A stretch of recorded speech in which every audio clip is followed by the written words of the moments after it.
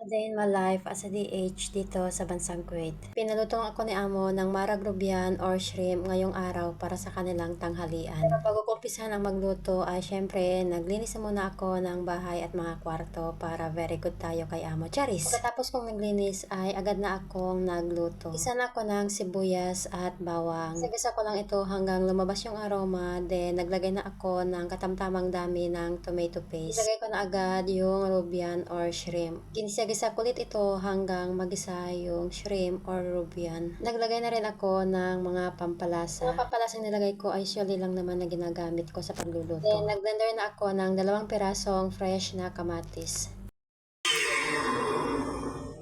Pagka-blender ko ng kamatis ay nagugas na ako ng isang taling parsley at dill. Pinagsabay ko na itong hiniwa ng maliliit. Pagkahiwa ko dito ay agad ko na lang nilagay doon sa may shrimp. Then ginisa ko lang saglit. Pagkatapos noon, tsaka ko nilagay yung blender ko na kamatis. Dinagdagan ko lang ito ng konting tubig.